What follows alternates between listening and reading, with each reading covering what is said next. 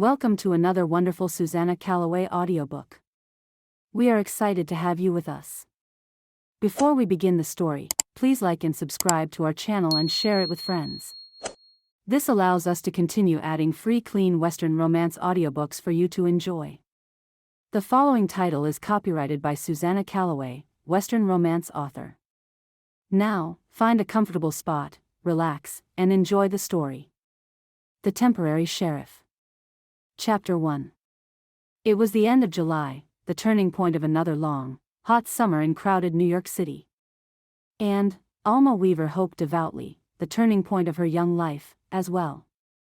Steeling herself, she lifted one fist and knocked at the door, even as she put her other hand over her middle, protectively, trying desperately to force her nerves to calm themselves. It wasn't as though she'd never had such an interview before. Goodness only knew how many there had been over the past few years. But this time, well, it felt different. This time, she needed it. Times were hard in New York. They always had been for as long as Alma could recall. Even when she was young, living with her older brother and his wife, she had had to work at whatever she could. When Tom and Adelaide decided to remove themselves to Canada to follow the newest line of the Transcontinental Railroad, Alma had been left behind to fend for herself. The piecework and mending she had been handling up until then was far from enough to pay the rent, let alone put food in the cupboard. It was then, when she was scarcely 16 years old, that she began to take on work as a governess. She had always done well at it. She loved children. Someday, she hoped, she would have some of her own. But that was little more than a far-off fantasy now. It wasn't as though fellows were falling all over themselves to court an impoverished woman of 25 years old, with little family to her name and no real friends to speak of. She was too hard-working to have time to socialize with anyone other than the children she was in charge of. She was an excellent governess, and her children had always adored her. Unfortunately, the same was not always true of the parents. She winced at the thought of her most recent employer. Jacob Herring had seemed nice enough 2 years before when Alma had applied to become the governess to his 3 wards. But scarcely a month had gone by before she realized that there was something off about him. A parade of women of all ages came and went from the house, with little or no explanation, and worse, many of them seemed only to come at night and leave the next morning. Alma was innocent in the ways of the world, but she knew what that meant. Jacob was the sort of man her sister-in-law had warned her about. But everything had been pleasant, for a time, until Jacob seemed to notice one day that the young governess in his employ, innocent and naive, was rather nice to look at. Even more dangerous for Alma, he found out that she had no protector, no one, that is, but herself. The door opened at last, and Alma shook herself free of the memory, pushing it far away. Instead, she mustered her brightest, most demure smile. "Hello, I'm here to speak with Mr. and Mrs. Alcott, regarding the position of governess." The maid nodded without speaking and conducted Alma through the hallway of the grand house. Grand, Alma thought, was a bit of an understatement. She'd been in big houses before, but nothing quite like this. It was richly appointed, with every surface housing some knick-knack that was undoubtedly worth more than a year's worth of her wages. If she was hired on here as she hoped to be, she would spend the next few years in dread of accidentally brushing up against a shelf. "Mr. Alcott, Mrs. Alcott, a young lady to see you about the children." Thus introduced, Alma was shown to the chair across the desk from the stern-faced man of middle age who, she assumed, must be Mr. Andrew Alcott. His wife stood a few feet away, facing the window, her arms crossed. She turned and laid her pale-colored eyes on Alma with a look that was at once calculating and disinterested. Mr. Alcott, for his part, frowned a bit deeper as he looked up from the papers on his desk, but his eyes lingered on Alma, and after a moment some slight warmth appeared in them at last. He said. Alma clutched tightly to her handbag with both hands, grateful that her gloves would keep her white knuckles from showing. But could they tell by some other telltale sign how very nervous she was? Oh, she mustn't let on, she knew, she couldn't let it slip how dependent she was on this position. Why, if she didn't get this job, then she would have to leave New York. And would that be such a terrible thing? Her mind whispered. She had no more time for reflection. You are the fourth governess we've interviewed thus far this morning, Mrs. Alcott said abruptly. Why, pray tell, should we consider you to care for our precious John and Eliza? Alma gulped. I suppose the best reason, she said, is that I adore children, and because I adore them, I know how important it is that they be raised to be good, kind, respectable men and women. I am neither indulgent nor overly strict, and I believe the parent has every right to determine the path the young ones will take until such a time as they are old enough to decide for themselves.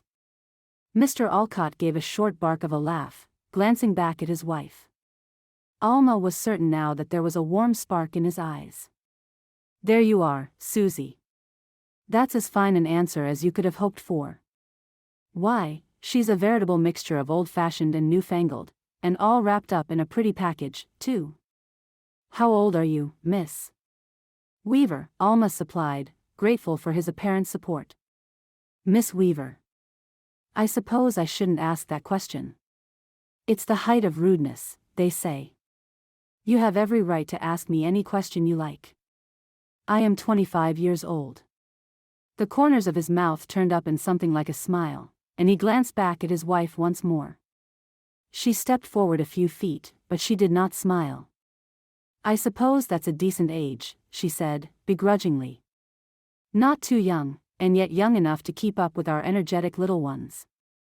She frowned anew, tapping her lips with a fingertip. Weaver, it seems as though I've heard the name recently. Alma kept quiet, unsure of what to say, but Andrew Alcott stepped in carelessly. It's a common enough name, Sue. It was in the paper for some advertisement or other, I dare say.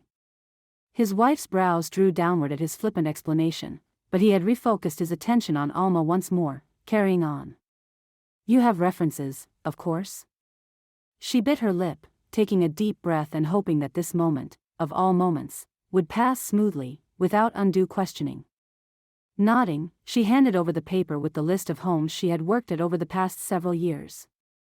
Most of them were excellent references, should the Alcotts choose to inquire. Only one, she knew, would speak in something other than glowing terms. Alcott read through the list, nodding, clearly careless. His wife came to read over his shoulder. After a moment she gave a little cry of triumph and snatched the paper. Jake, she said.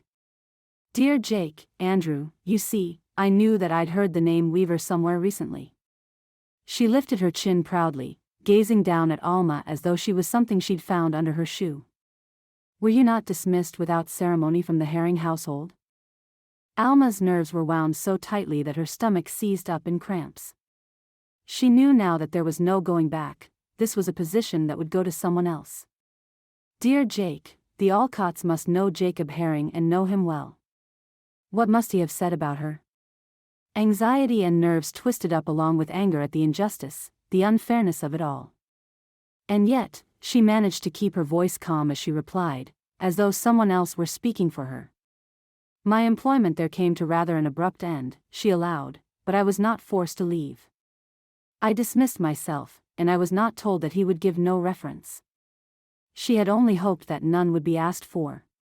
And why is that, pray tell? Jake Herring is a dear friend of ours, and we understand that he is an excellent employer. Why, his butler has been in his employ for well over 20 years. Why should you choose to leave such a position? She gulped past the lump in her throat. I'm afraid I cannot answer that. Come now, said Andrew Alcott, as though a little reasoning would change Alma's mind. If there's some reason why you left, you can't expect a respectable family to simply take your word over that of a man we've known for years. Alma pressed her lips together, dropping her eyes to the desk. Of course not, she murmured. And yet, I cannot tell you, all the same. I know why, said Susan Alcott, her pale eyes narrowed into points of light. She thought more of herself than she ought to, Andrew. She got ideas about her position in the house, her relationship with Jake. There's no point to denying it, Miss Weaver, for Jake told us himself. For shame. Oh, murmured her husband, his brow clearing as he understood what his wife was insinuating. He glanced again at Alma, and she was dismayed to see that this time, there was disgust in his expression. Again, the injustice of it curled inside her mouth, demanding to be let out.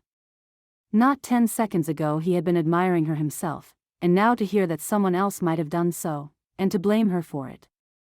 To blame her for that awful moment that still replayed in her worst dreams, when her employer had pulled her aside late one evening after she put the children to bed and entrapped her unwillingly in his embrace. No one else had been around. She had been painfully aware that if she had screamed, no one would have heard.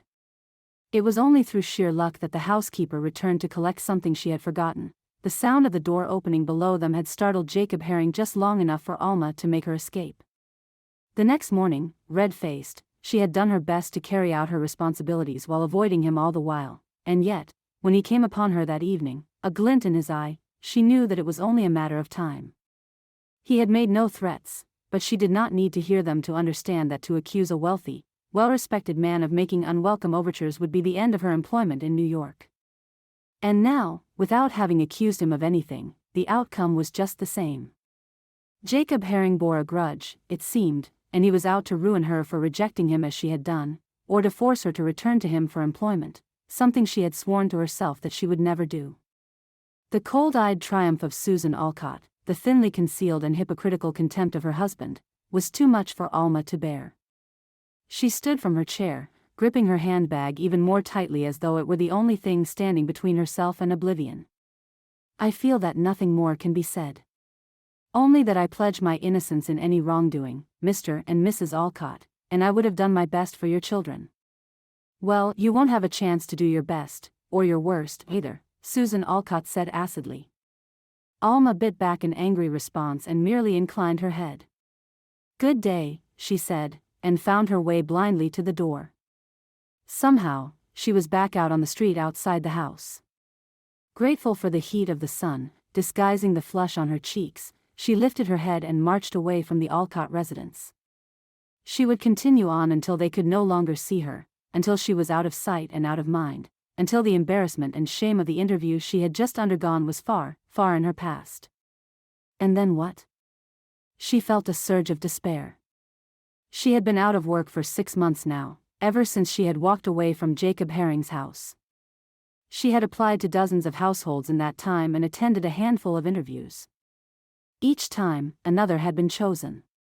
Surely, they could not all have been Jacob Herring's doing, but now, with this last hope slipping from her grasp, she realized that it didn't matter in the least who was behind it. If she did not return home to her little rented flat with employment of some kind, she might as well pack her bags and go to sleep on the street this very night. She had less than a week left on her rent, and she could not stand the thought of asking her landlord for an extension of time. She'd been overdue often enough as it was. Times were hard in New York. Was there anywhere, she wondered bitterly, where they were not hard? And if so, how on earth could she find a way there? Chapter 2. Alma was not at all certain whether the matrimonial agency's match was an answer from the heavens, or simply a matter of her own faulty, imperfect self, grasping desperately at the only option she had left. And, she thought uncomfortably as the train rackets southwest, she might well never know one way or the other. Certainly, the match had come about quickly. She still could hardly believe it. One day she had been in utter despair, facing a close-hovering winter on the unfriendly streets of New York, and then the next, she was seated on a thinly cushioned third-class seat in the austere compartment, wondering blindly at the turn her life had taken. She had to put her mind to it to recall exactly what had happened. The Alcotts had been her last chance at finding work in the city. With that final opportunity gone for good, she'd taken a leap of faith and applied at the matrimonial agency near her neighborhood, half expecting that nothing would come of it at all. But something did come of it. Her gaze drifted downwards, away from the window of the speeding train, to fall once more on the letter held tightly in her grasp. His name was William Allen, and he was 35, 10 years older than Alma herself. He was a widower, she knew that much, though the letter touched only briefly on that point without offering any explanation of the circumstances. He ran a ranch on the outskirts of Roebuck, Texas, which he had inherited from his father upon the older man's death. His mother Martha lived in a cottage on the property. What had he done before ranching? Alma wondered. What did being a rancher's wife entail? She knew little about Texas, or anywhere other than New York, for that matter. Surely the landscape and the people would be different. Would she fit in, or would she stand out forever as belonging elsewhere? What chance did she have of happiness with this man she had never met? She thoughtfully smoothed her fingertips over the letter. It was straightforward, if rather short. It allowed for little sense of the man who had written it apart from her supposition that he was an honest and hard-working man with little family to his name. What had incited him to write to the matrimonial agency back east? Perhaps he was lonely, having lost his wife. Or perhaps, like me, he is desperate. She took a deep breath. The train was slowing. The next stage of the journey, she knew, would be accomplished by stagecoach, a much more daunting prospect than the relative speed and ease of the train. It would be another week at least before she arrived in Roebuck, Texas, and as the autumn had come upon them suddenly halfway through her trip, she feared aberrant weather that might delay them even further. She'd never much enjoyed the cold, even when she had a nice warm coal fire to sit beside. On the coach, she would have no chance of getting warm. And perhaps even less, once I'm in Texas and have nowhere else to go.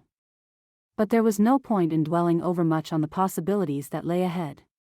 Perhaps it would prove to be that her match with Mr. William Allen would be the guidance of the Heavenly Father, and everything would turn out for the best. Either way, she had done what she must, and that must be her primary comfort.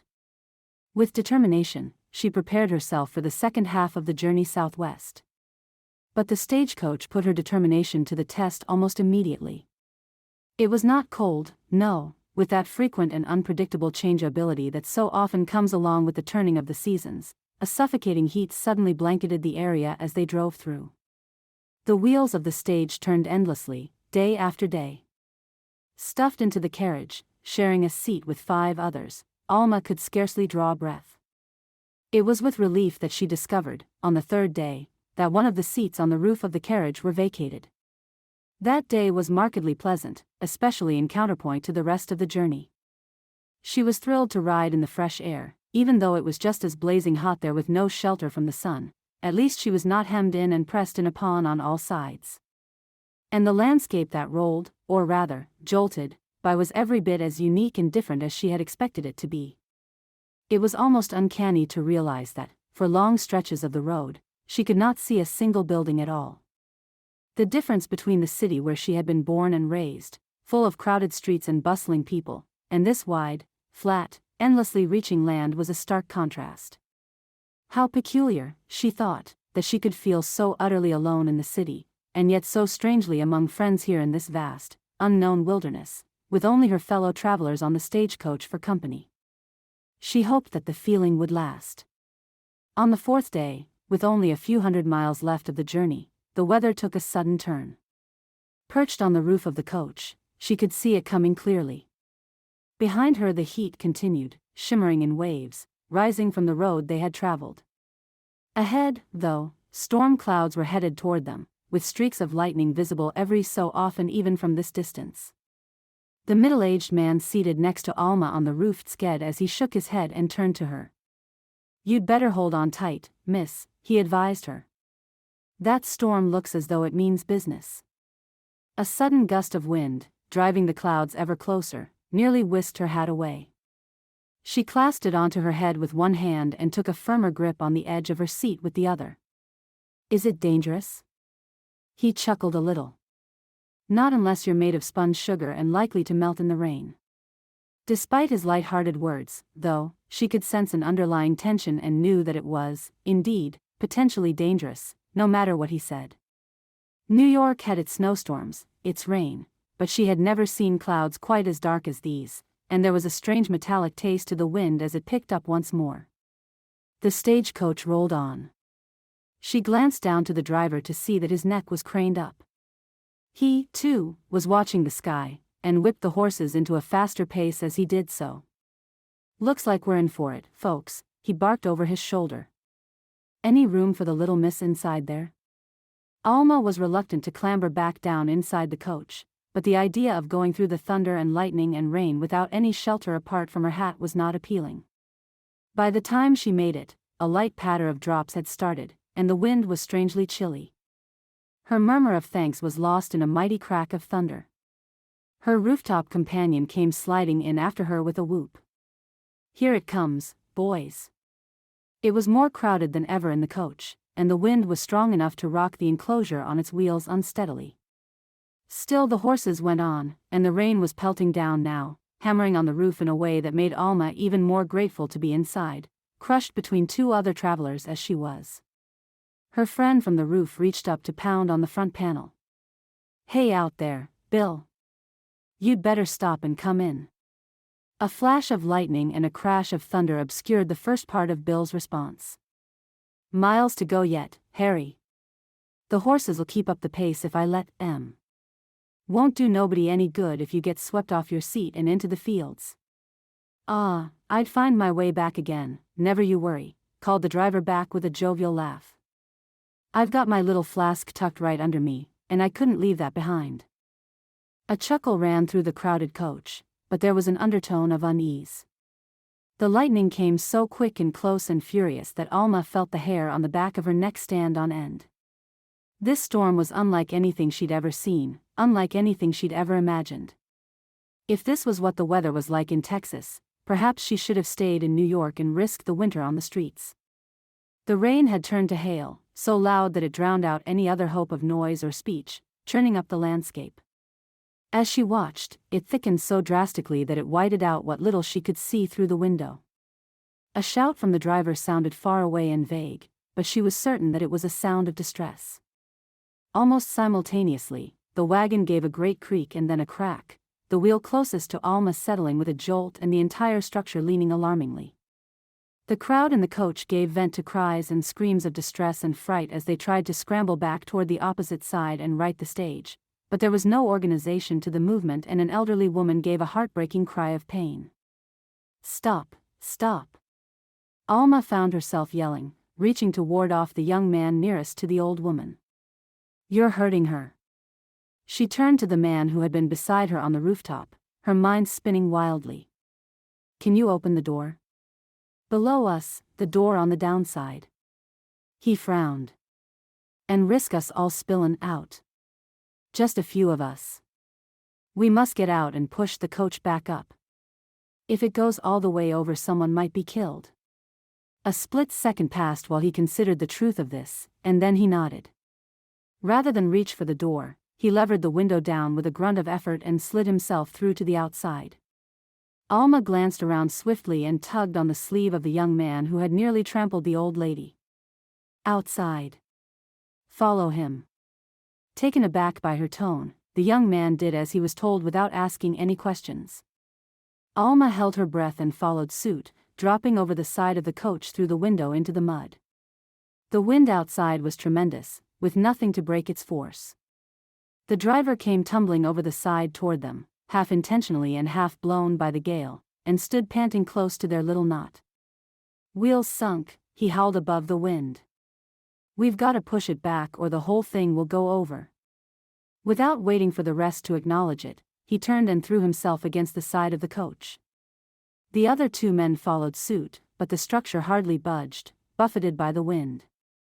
Biting her lip, Alma put her whole weight against the coach, knowing that it wouldn't help any more than if she had touched it with her fingertip. The driver was nearest to her. He turned his head to see her, and she caught a glimpse of his frown through the driving rain. Half expecting him to order her out of the way, it was startling to hear him call, "Go to the horses." The horses. Grab M by the reins, pull M to the right.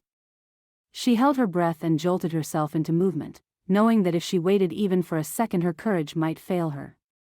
It nearly failed as she rounded the front of the carriage and found herself confronted with the four huge, lunging, snorting beasts. Her experience with animals was limited in the extreme, and the way they were now, rearing in the traces and screaming with distress and fright, might have been enough to quell the most determined heart. But a flash of lightning illuminated the swinging reins, shaken free of their hook on the driver's box, and she darted forwards to capture them. Holding them tightly fisted, she backed up as far as she could, leaning her small weight against the creatures to urge them toward the middle of the road. Her auburn hair had long before come loose from its pins, plastered to her face by the rain so that she could scarcely see through it, but she did not dare loosen her two-handed hold on the leather reins long enough to brush it aside. Half blind in the raging storm, she urged and coaxed the horses to follow her. With their strength assisting the three men, the carriage wheel broke loose from the sodden rut and the carriage thumped upright with a wild swing, jolting forward from the momentum of the horses. "Whoa!" she heard the driver shout, and she echoed the cry frantically. "Whoa!" The horses, miraculously, stopped and stood, heads down against the driving rain. In a moment the driver was at her side again, breathing hard, and took the reins from her cold, numbed grasp. He gave her a nod. "Back inside, miss. I'll see to M." She didn't realize how frozen she was until she was back in the relative warmth and safety of the coach.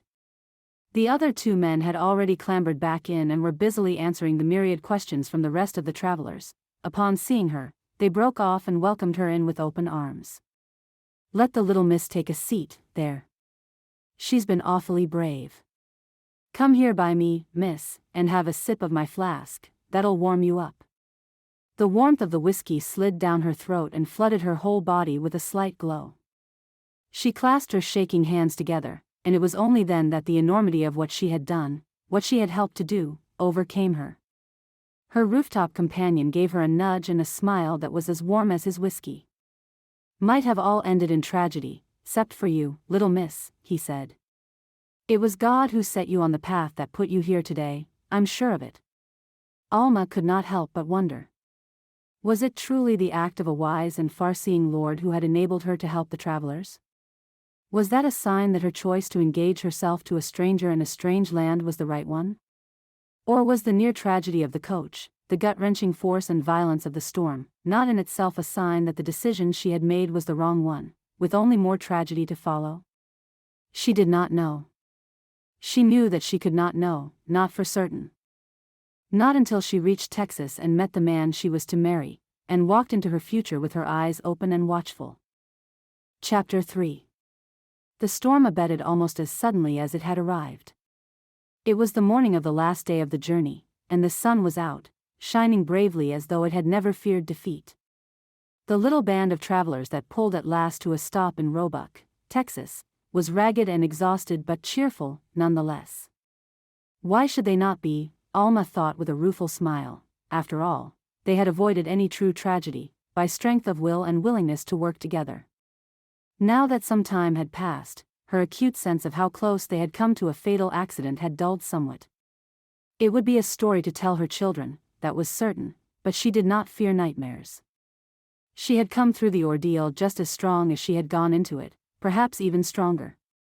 Alma was the only traveler who was disembarking at the little town of Roebuck. The rest were going on to larger towns in Texas, like Fort Worth, or even further west, all the way to California. She found herself unexpectedly emotional at making her farewells to the rest of the sojourners.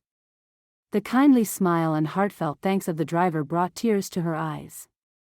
While she waited for the porter to retrieve her valise from the rooftop, where it had no doubt been completely soaked by the rain, she went to say goodbye to the horses, smoothing her fingertips cautiously down their velvet noses. "Farewell," she whispered to them. "And, thank you." The journey was over, and with it, what she hoped would be quite the most exciting part of her life. She wasn't at all certain that she could handle any more excitement than that. As she stepped around the stagecoach to face forward, she took a deep breath and squared her shoulders, lifting her chin and looking heavenward to the autumn sunlight. As her eyes fell once more toward earth, she caught sight of the man who was watching her. He stood at the corner of the little inn where the stagecoach stopped, leaning against the wall. His hands were buried in his pockets, as though he were simply biding his time, but his eyes were keenly fixed on her as though he had been awaiting her arrival. A little frisson ran through her at the force of his gaze. His eyes, she could tell even from this distance, were blue, a deep, yet somehow translucent, blue, as though she were looking into the depths of an inland lake. Was he handsome? She could not be entirely certain of what she thought of him.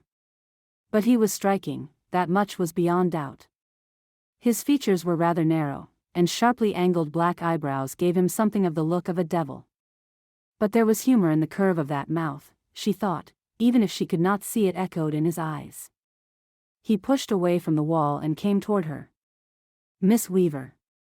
So much certainty in that voice, as though there was no one else she could possibly be. Had the matrimonial agency described her so accurately?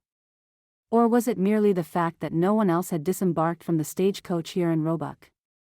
She heard the slight shakiness in her voice as she replied. I am. Are you Mr. William Allen? A half smile and a nod. I am. They stood and regarded each other for a moment. She took a deep breath and managed a smile, but he did not respond in kind, only giving her an even more scrutinizing stare. At last, he put out a hand for her to shake. Welcome to Roebuck. I expected you earlier today. Oh, she took his hand, finding it to be strong and calloused and warm, but he dropped her grasp almost immediately, with nothing more than the most perfunctory of touches. We encountered a storm along the way, and it set us back by several hours. Yes, he said, nodding, there are often storms this time of year. She waited for him to ask further questions, or to express his alarm, to tell her that he was glad she was all right, but he said none of the expected words, instead turning and gesturing in front of him. I'll take your bag for you. Right this way, Miss Weaver, the cart's just around the corner. Feeling somewhat bemused, and, she had to admit to herself, more than a little disappointed, she followed him. He hefted her bag into the back of the little farm cart as though it weighed no more than a feather, then held out a hand to help her up into the driver's box. Once more, she noted the warmth and strength of his grasp, but it lingered no longer this time than it had the last, and then he was up beside her, reins wrapped casually around one hand, giving the horses a whistle that started them moving forward. The preacher will be waiting, he said. Alma felt her stomach drop, her fingertips growing cold. The preacher, she repeated. He glanced at her, looking puzzled. Of course. I figured we ought to marry as soon as you arrived. A small town like this, rumors spread faster than wildfire. Oh, she said softly. I thought with your mother living with you. She's in the cottage, just behind the ranch house. Not close enough to save anyone's reputation, I'm afraid. He frowned a bit deeper, leaning closer to her. Is that all right, Miss Weaver? What could she say? She had half expected that her marriage would happen soon after her arrival, and yet, here she was still covered in dried mud, exhausted, uncertain, hungry, and the idea of going and getting married immediately made her feel like leaping from the cart and running the other way. It seemed impossible that she should wish to be back in the relative safety of the stagecoach. William Allen was still watching her, scrutinizing her face, but she turned her head away, unwilling to let him read her reluctance. Of course, she said. We cannot risk anyone's reputation. It's true, he said slowly. I figured, I reckoned it would be clear enough that we ought to marry right away, though I guess I didn't say as much. And that was true, too. His letter had not expressed his intention to marry as soon as she stepped off the stage, but neither had she really expected anything different. She was here as a mail-order bride, after all. What else should she hope for? It's all right, she said, still with her head turned away. It's only that, I'm just tired, I suppose. Of course you are, he said at once, and she thought she heard relief in his voice. We'll just have the preacher marry us right quick, and then I'll take you out to the ranch and you can have a bath and something to eat and a nice rest. My ma will have supper ready and waiting. You'll like her, everyone does. Alma couldn't help but wish that his mother had chosen to accompany him to meet her. A comforting female presence would have been very welcome in the moment. But perhaps he had not invited his mother to do so. Was she to marry without any friendly face to bear witness? The little church was on the far side of town. Still, with Roebuck being as small as it wasn't more than a few minutes before they arrived. William Allen swung down from the seat and helped her down in his wake. This time, his hand lingered on hers, and he stood quite close, looking down at her. She risked a glance up to meet his gaze and found that his eyes were full of an unexpected kindness. It's not ideal, he said. It's not perfect, rushing into things like this. But I promise it'll get better after this, Miss Weaver. She heard the conviction in his voice. It made her feel strangely desperate to believe him, to believe that life would smooth out and run forward with joy and peace and love, that the harshness and difficulties of the life she had left behind in New York would be repaid with a future that was beyond even her dreams. After all, he continued, everything will look brighter in the morning. He sounded as though he was trying to convince himself as much as her. Her heart sank again. This was no promise of utter happiness in their lives together. He was only reminding her that the exhaustion of travel was temporary, and that perhaps tomorrow she would feel a bit better. Desultorily, she took his offered hand and allowed him to lead her into the small church. The ceremony was a brief, bright whirl through the depths of her tired mind. Few details were able to penetrate long enough to be remembered with any clarity. There were, in fact, a few friendly faces there to bear witness. She was introduced to them, but didn't recall their names. The preacher was a heavy-set, middle-aged man with a beaming smile who welcomed her down the aisle with little ceremony and even less pomp and circumstance. Amid her own confusion, she heard her voice repeating the vows in a murmur, promising to love, honor, and obey, and she knew that William Allen, too, must be saying his vows as he was instructed. But she could get no sense of him apart from the way his eyes felt, fixed on her with such intensity, as though he was half afraid she would disappear if he looked away even for a second. The only phrase that she heard with any certainty was the last. I now pronounce you man and wife. Alma Weaver was no more. There was only Alma Allen, now. William Allen, her husband, took her hand and held it briefly but tightly. She wondered if he meant it as a comfort. She wondered, if so, whether it was intended to be a comfort to her or to himself.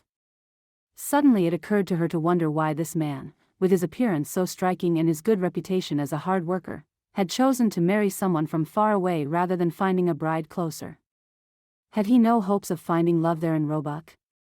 Even worse, the thought that he had no real hope of finding love at all, and this marriage was nothing more than a convenience, to alleviate the need of finding a housekeeper to cook and clean for him. Her suspicions now awakened, she found them not in the least bit denied by the silence that he held all the way to the ranch house. He seemed to be plunged deep into his own thoughts. She herself could not find the strength to make conversation and had little inclination to do so to begin with. Oh, if only this day would end. She longed to crawl between the covers and lose herself to the world. But she was a married woman now. Suppose he expected her to pull herself together and prepare supper for him that very evening, as exhausted as she was? She had forgotten about his promise of his mother's thoughtfulness. The older woman was waiting for them on the veranda when they arrived. There you are. I'd half given up on you. Oh, my poor dear, you must be beside yourself with tiredness. Come along, come inside, I'll give you some tea right away. Would you like to wash up? The hot water's ready. Oh, and aren't you pretty? Everything you could have ever hoped for, isn't she, Will? To Alma's surprise, she heard the voice of her new husband, tinged with amusement. Yes, Ma, she's all that and more. But she's tired right now. I don't know that I could rightly hold her to her vows, for I'm not at all sure she knew what she was saying. Ah, well, said his mother, with another warm smile that Alma felt all the way down to her toes. We'll just find out in the morning, I suppose. Mrs. Allen, Alma gradually pieced together, was named Martha, and please do call me Martha, my dear, I'm not the sort to stand on ceremony. She was friendly and welcoming, gently teasing to her grown son. In the dim light of the fire and the oil lamp, Alma could not be sure of how old she might be. She must be in her 50s at the very least, but there was a hint of youth about her that belied the age and the silver in her hair. Regardless of the details, Alma was grateful to find herself wrapped in a cocoon of welcome. Martha's warmth, she thought, was rather a stark counterpoint to her son's aloofness, his perfunctory politeness, and her openness was a complete opposite to how difficult Alma found her new husband to read. Evidently, he had not inherited his personality from his mother. Somewhere in the blur of the evening, with Alma's tiredness overwhelming her, she was given food and hot tea, followed by a tub of hot water and a room of blessed quiet, and followed once more by a darkened bedroom with comfortable sheets where Alma could at last lie down and breathe easy. Perhaps she would have had dreams, fueled by the uncertainty of her new situation, but her mind was too exhausted for anything but sleep. As soon as her eyes closed, head on the pillow, she thought of nothing but the long, quiet velvet stretch of the night. Chapter 4. The sound of the chickens cackling outside her window awoke Alma out of a sound sleep. For a moment she remained where she was, utterly still, without even opening her eyes. Then the memory swept over her, and she sighed deeply, pushing aside the covers. It was late October. She had been in Roebuck for just over a week. She was a married woman, the wife of a ranch owner. And she still felt much more like Alma Weaver than she did like Mrs. William Allen. Sighing once more, she went about the business of getting ready for the day. As she washed at the basin of cold water in the corner, shivering as she did so, moving quickly to escape the cold into the warmth of the kitchen, she thought of Will Allen and what she had learned about him in the past week of being married to him. Precious little, at that. Though he was never less than courteous, he still had a marked tendency to keep his thoughts to himself. No matter what she said, he rarely if ever gave her his own opinion in return, and when she asked questions about the ranch, about his family, about the past, he was always quick to change the subject. Though they had been married for a week now, he was obviously holding her at arm's length, still aloof, still removed. Still guarded. What did he have to guard himself against? She wanted to cry aloud. She was there because he had invited her to be there. She bore his last name because he had chosen to marry her. Was her marriage only ever to be a relationship as distant as mere acquaintances? There was no point in moping over what she could not change, she told herself sternly, and decided that it was time to put her attention on the day ahead, rather than the myriad mysteries of William Allen.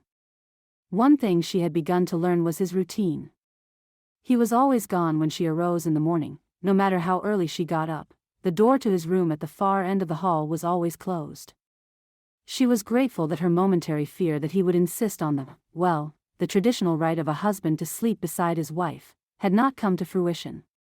He scarcely touched her, let alone anything more than that, and gave no indication that he had any inclination to do so.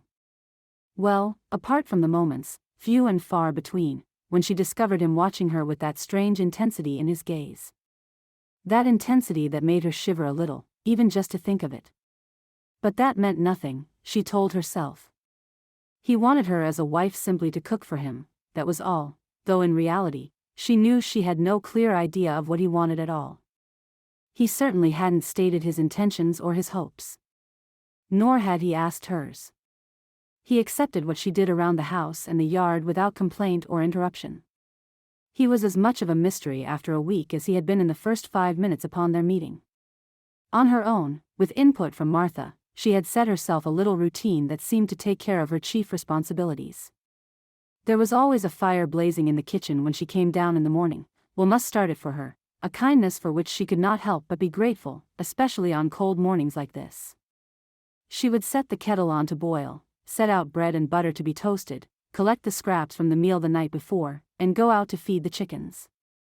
Though the rooster had intimidated her from the first day, she found that watching the hens run around the yard, scratching industriously for bugs and worms, was one of her chief joys throughout the day. They had such funny little personalities, and always seemed to be talking amongst themselves like a bunch of gossipy old ladies. Then came breakfast. Ideally, she knew, it would not take too long to prepare, but it seemed to vary from day to day. Some days she must fill the pot on the stove too full, and the water took forever to boil. Other days, she burnt the toast or the bacon or the oatmeal, sometimes all three. She'd never been a natural cook, and her experience with homemaking was extremely limited, as she had only ever lived in her mother's household or the home managed by her sister-in-law. The routine was simple enough, when it worked. Which, thus far, it never had. On this particular morning, the toast was smoking on its rack above the fire, licked by the edges of the flames, while she tried ineffectually to stir up the 2 cold coals in the oven into enough life to cook the sausage that waited in its pan. When Martha came bustling in through the kitchen door, Alma turned to her with something of a wail. "Oh, I'm so glad to see you. I simply cannot make things go smoothly today. What am I doing wrong?"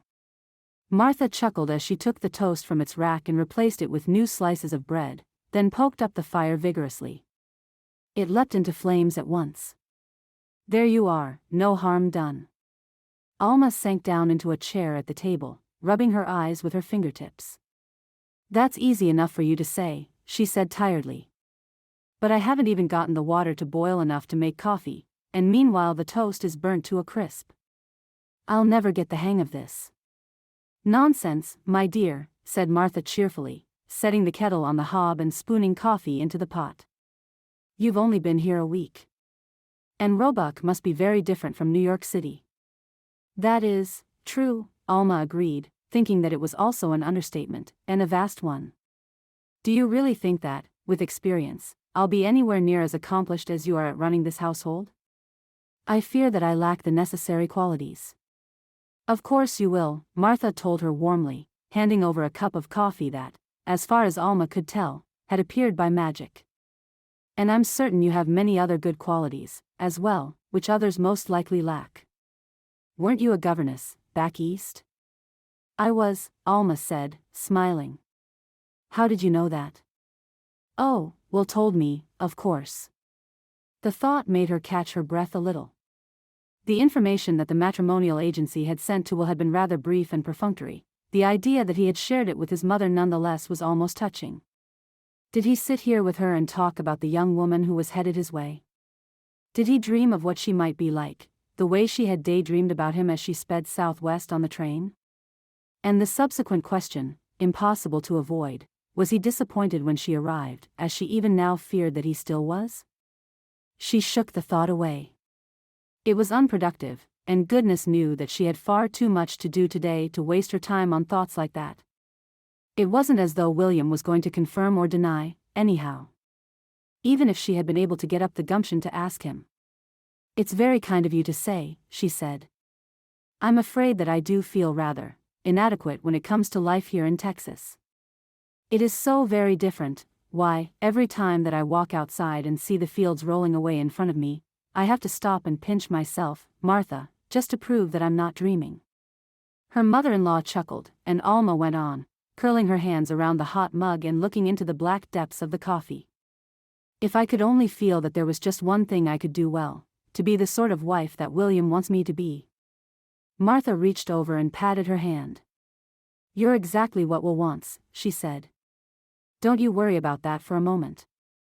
It was on the tip of Alma's tongue to question why, then, her husband still seemed to be so removed, so distant from her, despite her best attempts. But of course, his mother would only think the best of him, and besides, Alma had seen how different Will could be with his beloved Ma, the only family member he had left, evidently. Would she ever find the courage to ask him what had happened to the wife he'd lost? He stayed away from the subject as though it pained him, and because she had no desire to cause him pain, she had not questioned him too deeply about his past. The longer she was there without speaking of it, the harder it would be to delve into it, she feared. You're very kind, she murmured again. Her mother-in-law cocked an eye at her, as though she suspected that Alma did not entirely believe her. But the door to the kitchen was opening again now, a cold morning breeze blowing in along with William, and Alma turned her head to look at him as though she could not help herself. Despite the mystery of him, or perhaps because of it, there was something almost mesmerizing about William Allen. One day, she hoped, she would understand exactly why. He gave his mother a smile, quite warm, and another to Alma, more polite than warm, she felt, and it stung her a little as it always did. She was not, could not be, jealous of his relationship with his mother, the obvious affection he felt for her. It was only right. She had felt the same way about her own mother, about her brother and sister-in-law. But she couldn't help but crave a little of that warmth for herself, even as she despaired a little more each day of ever getting it. Good morning, Mr. Allen. The words slipped out before she could control them, and she squeezed her eyes shut for a moment at her faux pas. I mean, William. He chuckled. One of these days, I reckon you'll get used to me, Alma, he said. She opened her eyes again, glad that he was reacting with amusement rather than irritation. It was far from the first time she had made the slip of the tongue over the past week. I hope we will get used to each other, she murmured. He was pouring himself a cup of coffee and did not respond. His mother, glancing from Alma to her son, stood up and went to turn the bacon, which was bubbling away busily on the stove. Will, she said, I think you ought to teach Alma how to shoot. Both William and Alma turned their heads toward Martha simultaneously, and as one they both said, What? It makes perfect sense to me, Martha went on, not seeming the least bit perturbed by their own perturbation. After all, Your father taught me to shoot his rifle when we first came here to Roebuck. Of course, it was for squirrel hunting at the time, but all the same it was a skill I was glad to have." "You've never shot a squirrel in your life," William said, brow furrowed. His mother wheeled on him, her free hand on her hip, one eyebrow arching. In the moment, she looked remarkably like her son. "Is that so?" "As though I had no life before you were born, William Allen." She laughed, as much at herself as at him. "Anyway, I never said I was very good at it. But I reckon that Alma will be." William turned to eye her speculatively. Alma sat back in her chair, feeling as though she wanted to ward both the Allens off. A gun. She could not imagine learning how to shoot something that could cause damage to another creature. "Now, I don't know that," she started. "Why not?" Martha asked her. I don't believe I'd be very good at it either." "But you'll never know unless you try," her mother-in-law urged her. "After all, you were just telling me that you wished you felt there was something you could do well to help out here on the ranch." "But, shooting squirrels?" Martha laughed again. "Oh, that was just Henry's way of training me," she said. "You needn't shoot at anything living. Will can set you up with targets on hay bales, can't you, Will? It wouldn't be for hunting, anyhow." "Then what?" Martha looked meaningfully at her son, who caught his mother's glance and then looked away. "You ought to tell her, William," she said. "She belongs here now, she must know the truth at some point." "Why not now?" Alma's eyes fled back to William's. He looked up at her at last, heaving a sigh as though in acknowledgement of the truth of his mother's words. "All right," he said. "I reckon so, Ma. Alma, the prairie here can be a dangerous place to be. Maybe 10, 15 years ago we'd never have thought of teaching our women to shoot, but these days."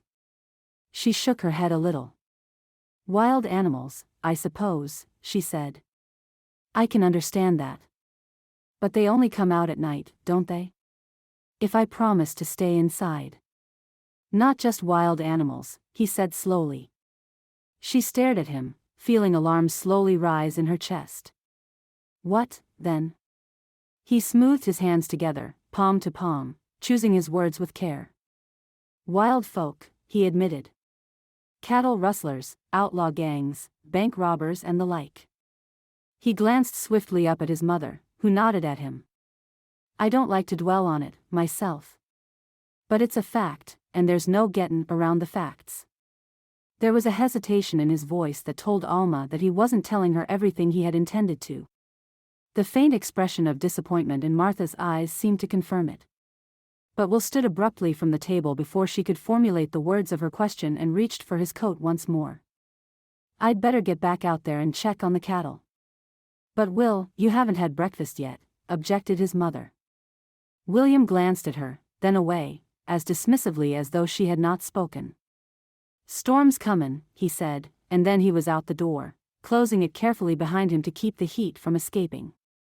Alma turned to Martha, who pressed her lips together and shook her head even before Alma began to ask. "Why did he?" "No," said his mother, tightly. "He'll have to tell you, he'll have to explain it all. He won't want me to do it, and I reckon it won't help you any if I do." She caught sight of the expression on Alma's face and her own face softened. She reached out to put a hand on Alma's auburn curls. "Be patient with my son," she said. "Be more patient than I am, my dear, you are his wife, after all." "I'm only his mother." She heaved another sigh. "He'll be back before long, I reckon. I'd better get on back to the cottage and fix my own breakfast. He's right, those clouds look like a storm, if I ever saw one." A kindly smile and then she was gone, leaving Alma alone in the kitchen with no noise beyond the crackling of the fireplace and the faint roaring in her ears as she tried to understand what had just occurred. More than ever, she was certain that her husband was keeping something secret from her. What could it be? Undoubtedly it had something to do with the dangers of the land around Roebuck, but where she had assumed that danger came from bears and wild cats, it was evident that he had something else in mind. Cattle rustlers? Outlaws and gangs? She well knew the danger of robberies. There had been plenty of those in New York, robberies of banks and stores and private homes. It was a crime that knew no boundaries. But the other dangers, and something else, something unspoken that she could not comprehend. He returned more swiftly than she anticipated, allowing her just enough time for her mind to build up too many possibilities for which there were no answers. Mr. Allen. He glanced up, raising one eyebrow at her, and she blushed hotly, amending the ejaculation. I'm sorry, William. Will, if it's any easier for you, Alma. Will, I was hoping you would come back. Distractedly, she set a plate of bacon and toast down in front of him. He picked up a fork but did not begin to eat. It seemed as though his mind was as far away from the situation as her own, distracted by his own thoughts.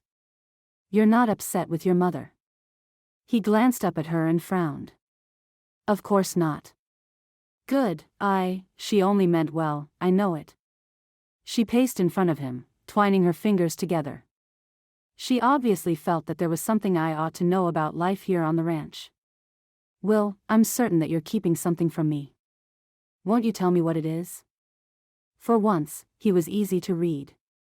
She could tell by the deepening frown on his face what his answer would be well before he said it aloud. If I thought it would do you any good, Alma. Then you think it will harm me somehow, to know what your mother wanted me to know? I cannot believe that she would put me in danger, Will. Of course she wouldn't put you in danger, he said impatiently. That's not what I'm saying. What are you saying? You don't understand what it's like here, Alma. You don't understand how quickly life can change, one moment to the next. She spread her arms wide, feeling at a loss, frustration tinging her tone. How can I hope to understand, William Allen, if you won't explain it to me? He stood from his chair now, a scant few inches from her. She hadn't realized that she had come so close to him. When had that happened?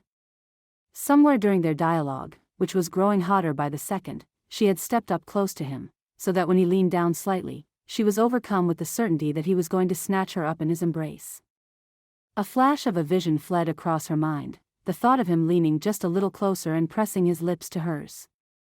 But of course, he did not. He straightened at once and took a step back. I'll teach you how to shoot, he said, turning his gaze away from hers. This afternoon. Come out to the barn. I'll teach you how to shoot, and that's all, Alma. That's all, for now. For now. She clung on to the words long after he had left, trying to sort out the myriad causes for her frustration and determine whether there was any satisfaction in the offing. If he would only promise to tell her the secret he was keeping from her, if she had any real hope that he would someday leave behind this quiet, distant persona and let her see the man he truly was within, then she would do just as Martha had asked. She would be patient, until he responded to her. She would be patient, and hope for that day when he might do just as she had imagined he would, and sweep her up into his arms, and let the walls between them fall to pieces at their feet. The shock ran over her like the feeling of lightning close by. She hadn't realized it until now, but the confusion of her feelings for Will was not just the product of her frustration with his standoffishness.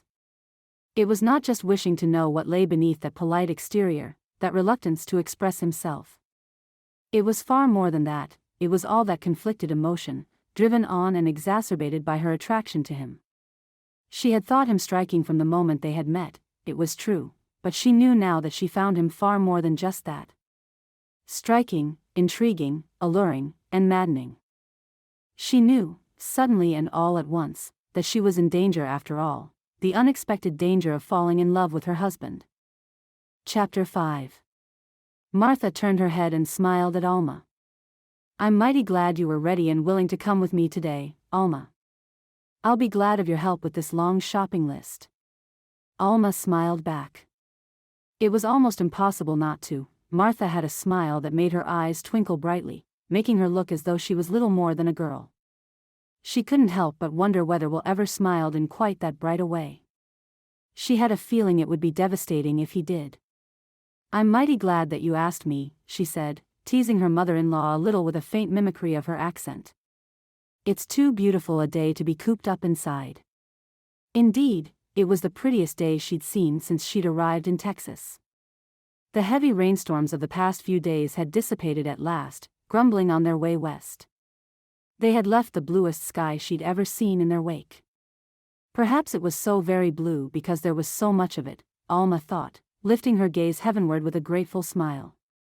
For the first time since her arrival, she did not feel put off by the vastness of the landscape around her. But she still felt a little lonely. It was pure pleasure to have Martha there beside her. Though she had ventured into town once or twice in the past 3 weeks, she had scarcely met anyone, and it had proven strangely difficult to retain any impressions of those she did meet. Even the young couple who had been witnesses at her wedding she'd had to be reintroduced to. The only one she recognized from that strange whirlwind of an event was the preacher, who had greeted her with a familiar joviality but who obviously hadn't the faintest idea who she was. Martha had proven to be a fast friend, and a good one. What would life on the ranch be like without her? It made Alma shudder a little to think of it.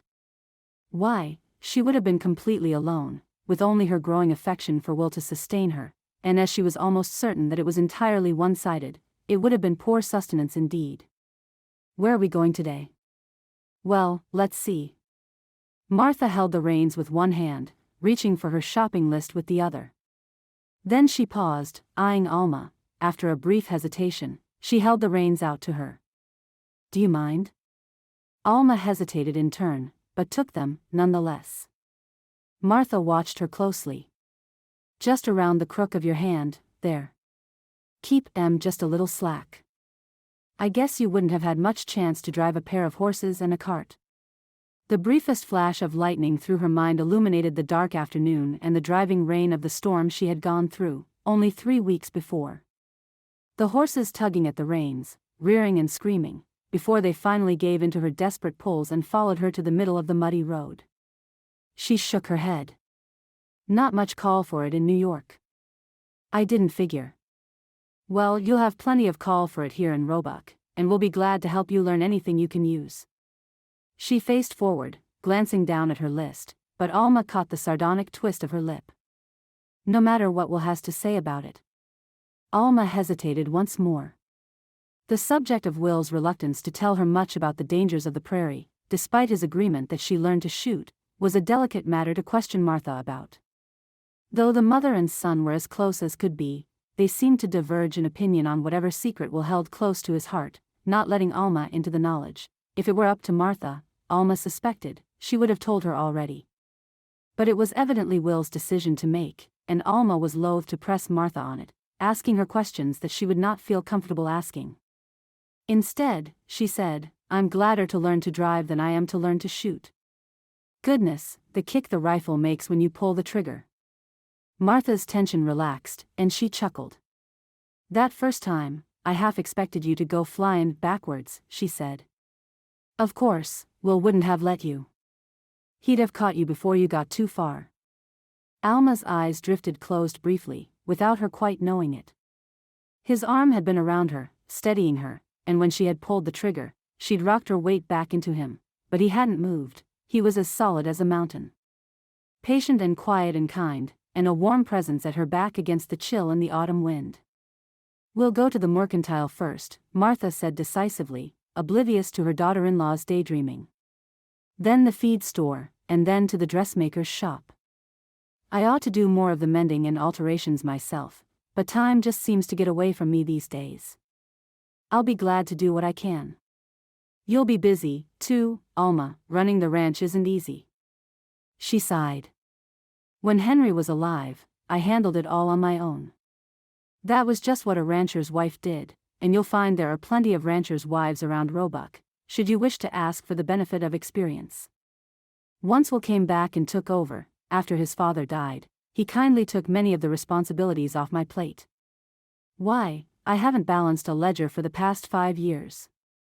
I've never balanced one, myself. Ah, don't you worry, Martha said, reaching over to pat her on the shoulder. You'll be just fine. A bright young girl like you can handle anything the world throws at you.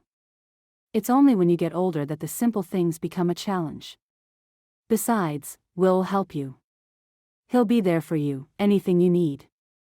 It was a kindly meant reassurance, but Alma couldn't help but wonder whether it was entirely true, or whether Martha could truly say it with such heartfelt conviction. After all, she didn't know. But perhaps she had seen the sort of husband that Will had been. The thought suddenly occurred to her. She didn't know when Will had been married, whether it was before he came back to the ranch or after. Nor did she know what occupation Will had held before returning to assume the responsibility of the ranch. She was curious, doggedly curious, but it never seemed to be the right time to ask the questions that teemed through her mind. And it wasn't the right time now, either. They rolled into Roebuck in the sunshine, and she had to put all her attention to driving the horses and cart carefully through the streets toward the mercantile. As they climbed down from the cart, an elderly man with a beard half as long as he was tall emerged from the shop, half skipping in his haste. He lifted his cane to wave in Martha's direction. "Hi, Martha." "Hey there." She glanced up, bemused. "Albert?" He began to hustle toward her. It was a rather alarming sight to see the old man, clearly doddering in his footsteps, trying to reach her with the news he bore. Martha glanced toward Alma swiftly, signaling her to follow, and then came quickly to the old fellow, grasping him by the arm to steady him. "Good morning, Albert, Alma, this is Mr. Albert Smith. He's the oldest resident of Roebuck, and he's known just about all of us since before we were born." Albert gave a slight chuckle, shaking his head. "Oh, I'm not so old as all that, Martha, but old enough to remember some things and smart enough to forget others." Martha smiled at him. "You're an example to us all, Albert. This is my daughter-in-law, Alma." Albert glanced at her, and Alma was taken aback by the keenness of the deep-set twinkling little eyes beneath the bushy brows. "Alma," he repeated ruminatively. "Married Will, did she?" "Yes. 3 weeks ago. Newlyweds." Albert sighed. "Why, I can remember the day when say, Martha, don't you try to distract me." He shook his cane at her again. Martha shook her head. "I'm not, I promise you." "You had something to tell me, Albert, what was it?" For a moment, his clouded eyes shone clear and serious. He gestured over his shoulder with the head of the cane. "Heard it in there," he said. "They're sayin' as it's old Jethro who's lead in the charge against the county. They're saying it's him who robbed the Hayward Bank last week, and Clemon's ranch, too." Alma fixed her gaze on Martha's, searching for some hint as to the significance of this. To her worry, she saw the older woman's face drain of color, suddenly looking her age, and then some. "Has anyone told Will of this?" Albert shook his head. "Just heard of it, just now. That's why I hastened out here soon as I saw you comin'. Tom says that the sheriff's been gone for 3 days over toward Black Rock, lookin' for Jethro, at least, lookin' to see whether it's Jethro or not. No one rightly knows, but you know what they say." His face was set and grim behind the beard. "No smoke without fire." Martha seemed frozen for a moment, but Alma sensed that her mind was working swiftly beneath the composure of her face. Suddenly she seized Alma's hand and turned her back to the cart. "We'd best get home right away and speak to Will," she said. "Thank you, Albert," she tossed over her shoulder. Alma, bemused, followed Martha's lead, climbing up into the driver's box at once. Of course, they hadn't achieved any of their aims in coming to town today, but it was obvious that this was far more important. Whatever it meant. "Martha," she said, as the older woman whistled the horses into movement, "who is Jethro? Why are you so afraid?" Martha shook her head, lips pressed together tightly. "I'm not afraid," she said. "It's Jethro Archer should be afraid, if he's back in the county. But, no, I can't imagine that he would, after all this time, after what happened before." She straightened up, nodding her head. "It must be just a rumor. It can't be true." But she urged the horses on a little faster, all the same. Alma bit back the questions that circled her tongue, hoping against hope that her mother-in-law would see fit to inform her of what she needed to know, and more than just what was necessary. Her imagination was running wild. Who was this Jethro Archer, and what did he mean to Martha and Will? Why must Will know about a simple rumor regarding his presence in the county? And why was the Allen family so very private and secretive that they could not allow Alma even the smallest hint as to what was going on? After all, it impacted her life, too. She pushed aside the spurt of selfishness and fixed her gaze on Martha, hoping that her concern would be obvious without needing to be stated aloud. Martha glanced over at her and heaved a sigh. "But in case it is," she said. "I suppose there's no harm in me telling you that Will used to be a Texas Ranger here in Jasper County. He joined up along with his father when he was just 18. Well, Henry stayed here to patrol the ranches for cattle rustlers, but Will was offered a position in Austin, and he took it. He was gone for years. I never knew what all happened while he rode with the Rangers, and I reckon it's just as well that he never told me, for a mother's heart is never free from worry at the best of times. It was while he was out there in Austin that he encountered Jethro Archer." She blew a breath out, seeming to be almost in disbelief over what she was saying. "He was the leader of the Muddy Creek gang at the time. Will busted him, broke up the gang, but Jethro escaped. Not being the sort of man who knew how to leave well enough alone, he set his sights on Will, I guess you could say. He's been plaguing him ever since." She shifted her weight on the seat, squaring her shoulders. "But we haven't heard hide nor hair from Jethro Archer in the past 8 years, ever since before Will came back to Roebuck. Since before his pa died." Was that what she had been going to say? There seemed to be more that Martha wasn't telling her, but Alma decided that she ought to be grateful even for this information. "If Jethro Archer is here in Roebuck once more," she said slowly, "then that can only mean that he's after Will." Martha shot her a glance, her brow creased with worry. "Ah, see, this is why Will was so reluctant to tell you about his history. It would worry any wife, same as it worries the mother. But don't you fret, Alma, it's just as likely to be a rumor. And even if it isn't, the sheriff is on the job." She lifted her chin, cheering herself with the reminder. "Yes, Sheriff Young is a hard-working lawman. He's been on the trail for 3 days," Albert said. "Rest assured that he'll take care of it all." Still, Alma could not shake the sense of foreboding that swept over her, even with her mother-in-law's reassuring words. The beauty of the day seemed tainted somehow, and even though the skies were no less blue than they had been an hour before, it felt as though there were some dark clouds on the horizon, invisible but looming all the same. Martha stopped the horses before the house and nodded Alma toward it. "You go on in, dear," she said. "I'll go and put the horses away and tell Will the news. I'll tell him the rumor." With one final reassuring smile, she urged Alma inside. Alma's heart was still pounding as she did as she was bid, her mind sorting through the possibilities that the new intelligence opened. If Will's history as a ranger was so dangerous that he had been reluctant to even tell his own mother, perhaps there was an indication of why he kept it so secret and close, and indeed why he was unwilling to tell his new wife about it, for fear of frightening her. After all, they had only known each other a short while. Might he someday have enough trust in her to tell her of his experiences? She could only hope, there was no way to be certain. She tried to busy herself in the kitchen, but her mind and heart were with Martha and Will in the barn. It was scarcely more than 10 minutes before she heard them approaching the kitchen door, which she had left open, and yet it felt like an hour.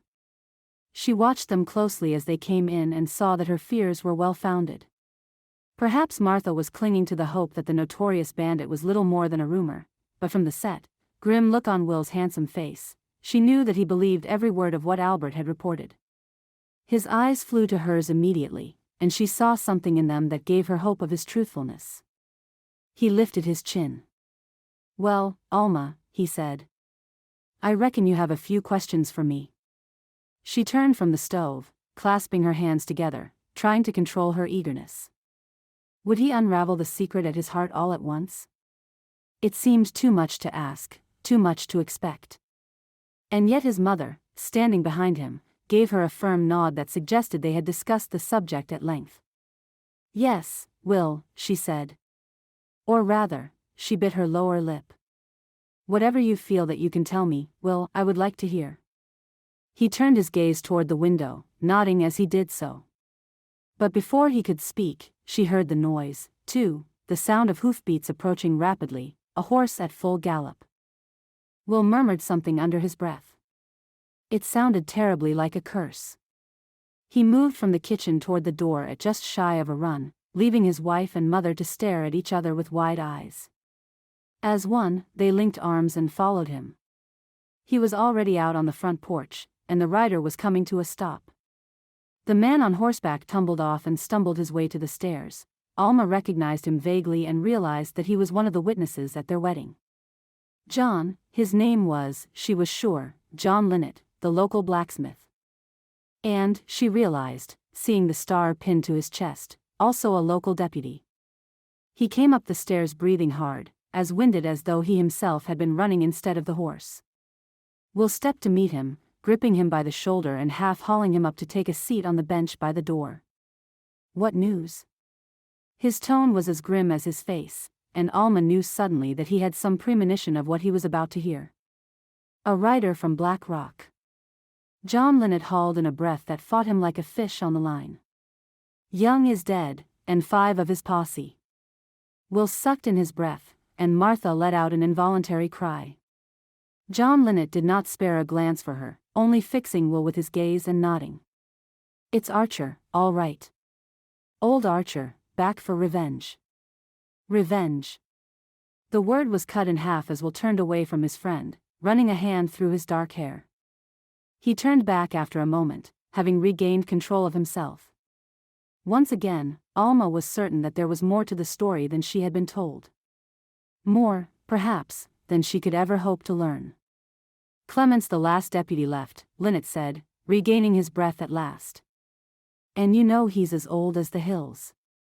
He sent to ask you to step in, Will. He asked that you take over as sheriff. A hush settled over the little group on the veranda, a hush that was as tense as a shootout all on its own. Will did not meet anyone's gaze, though all 3 were staring directly at him. Instead, he turned away and faced the horizon, looking out over the vast rolling amber fields of his ranch, the home he had inherited from his father, the roof under which he had grown up, and the place where his mother and wife would wait for him, should he go out to the fight. Alma watched him as he rubbed his chin, silent and thoughtful. He would do it, she knew at once, without doubt. He would do it, regardless of whether she wanted him to or not. It would not make it any easier on him for her to urge him, but it might spare her own feelings a little. It might make her feel a bit brave. She stepped forward and put a hand on his arm. It was the first time in the 3 weeks they'd been married that she had done so. He turned to look down at her, his eyes unfathomable. Go, she said softly. You're needed, Will, go and do as you must. It was something of a triumph that he did not look to his mother for her urging. He kept her gaze for a long, silent moment, and at last he nodded. He lifted his head and turned back to Linnet. Black Rock is only a day's ride away, he said. The last spate of rustling came from Arnecker, another day beyond. There's no need for me to ride out to Black Rock in search of him. Jethro Archer and his gang are coming here. They're coming to Roebuck. His mouth was set and grave. They're coming for me. Chapter 6. For 3 days, Will Allen wore the silver star on his chest, and the world held its breath. For Alma, it was almost a form of torture. Of course, it would have been far worse if they had been attacked. She knew it in the depths of her heart and knew that she should be grateful for the reprieve, temporary as it might well be. But with every passing day, the tension seemed to stretch even more tightly, until she began to fear that if something, anything, didn't happen, she might well go crazy from the fear of it. Was it possible for a young woman to drive herself to lunacy simply from strain? She had half a mind to call on the local doctor and find out. Perhaps she would feel differently, even better, about things if Will would just open up to her once and for all. Though he had given her some information about his past at last, it was just enough to make her worry even more. What truly had happened between Will and Jethro Archer, that the man should be coming after him after all these years? Or was that simply a measure of the sort of man the outlaw was, the kind who was unwilling or unable to forget a grudge against a lawman? Will's past as a ranger was intriguing, if also a little frightening. Was it just the death of his father that had caused him to stop? It didn't seem to line up. He must have been a good lawman, for the town to come to him now without question and ask him to take on the mantle of sheriff in their time of need. It couldn't have been fear, could it? Was it Jethro Archer himself who had forced Will to return to Roebuck and take up a quiet life as a rancher? And through all her questions, the ghost of Will's unknown wife, with her mysterious fate, floated through like a mist. Someday, Alma promised herself, she would find out what had happened, but someday was not here yet. There was far too much at stake to risk straining her cautious new relationship with Will, or asking more of him than he was able to give. The news came on the third day. Another ranch had been hit on the far side of town. Will listened to the tale from John Linnet, who had hung up his hammer to serve as Will's deputy, and shook his head grimly. "Closer and closer," he said. "Will you ride out there?" Alma asked quietly. Will turned to her, rubbing the back of his neck. "I'd better," he said. "But I'll be back before dark." "They need you, Will." "There's no rush, don't worry about me and your mother." A faint frown crossed his striking features. "But I do," he said. "I don't know where Jethro Archer might be headed next, Alma, or if he's intending to draw me off just so he can pick on my own ranch." She shivered a little at the thought. "Tell me what to do, if he does," she said. "I know how to shoot, now, I can walk out with the dogs and scare him off." Another man might have smiled, taking her offer in the spirit of jest. She had only halfway meant it, after all. But Will's frown only deepened, and he shook his head swiftly. "You and Ma just stay inside the ranch house until I get back." "But I do know how to use the rifle." "Sure, you do, but I don't want you to." "I mean it, Alma. Stay in the house." His tone was sharp, sharper than she had ever heard. She pressed her lips together, wanting to argue the point further, to insist to him that she was more capable than he evidently thought. But Martha was standing just behind her, listening, and so she controlled herself and nodded. It was a long, quiet afternoon, with no noise outside except for the gusting of the frigid autumn wind. For the first time, Alma thought she tasted the bite of winter on the breeze and closed the kitchen windows against it. He was back, as he had promised, before dark, and the three had supper together. Martha waved away her son's offer that she stay in the spare room. "You know I sleep better in my own bed, Will. Everything will be just fine." She put a hand on Alma's head as she left, smiling down at her tiredly. "Get some rest, my dears." For a long while, Will sat quiet at the table, his hands clasped before him. Alma sat with him, unwilling to leave while he might yet have something to say to her. But at last, he looked up, and she knew that the moment for speech had passed. He had made up his mind yet again that he would not tell her what she so desperately wanted to know. But he offered her a smile, even more tired than his mother's. She had learned to read the spark in his eyes that was so much like Martha's, a dampened down sort of warmth, but a warmth, nonetheless. Would she ever feel it in his touch the way she now saw it in his gaze? Or would she spend the rest of her life just wanting, pining away for the knowledge of her husband's secrets? "It'll be an early morning tomorrow," he said. "I'd best get to bed now." "All right, Will." He hesitated, just a few feet away from her, half turned toward the door. "Alma." She looked up, eyes wide. "Yes, Will?" He sighed. "Thank you," he said at last. "For wanting to help." She shook her head a little, almost in disbelief. Of course I want to help, Will. This is my home, now. You and Martha are my family. You're my husband." She could not be certain, but there seemed to be a hint of sadness in his eyes as he nodded, accepting her words without questioning them. Then he was gone, leaving her once again wondering what words he himself might have said, had the trust between them been strong enough to bear them. The sound of a gunshot woke her from a deep sleep. She sat up in her bed, feeling muzzy and half awake. A second shot galvanized her into action, and she leapt from her bed, stopping only long enough to slip her dressing gown on before she raced for the stairs. He must have left his bed as soon as the first shot sounded. She heard him pounding down the stairs and toward the door. "Will." But he was gone, out the front door, without acknowledging her call. Perhaps he hadn't heard it at all. She hesitated for a moment, standing at the open door, staring out into what remained of the velvet night. Then another shot came, and a faint and far-off cry, and she shoved her feet into her boots without lacing them and ran into the darkness. Far ahead of her, she saw the bobbing of a lantern, headed for the barn. He must have been running swiftly. She spared a glance for the cottage and saw that there was an oil lamp lit in the window. Martha, too, had been awakened by the noise, of course. But she couldn't stop to consult with her. Will had already made the barn and then left again, bareback on a horse. She flung herself after him, sending a silent and hurried prayer of thanks to the heavens above for seeing to it that Will had taught her to ride even as he had taught her to shoot. She could saddle the horses, too, though it was difficult for her. She had no choice at the moment. She didn't know how to ride bareback, and she couldn't very well follow him on foot. Heart pounding, she struggled through the bare minimum of tact to ensure that Will's old white mare would do as she was told.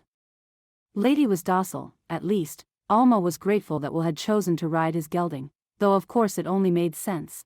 The gelding was younger and much faster, and Lady was bound to poke along at half the pace that Alma would have wanted.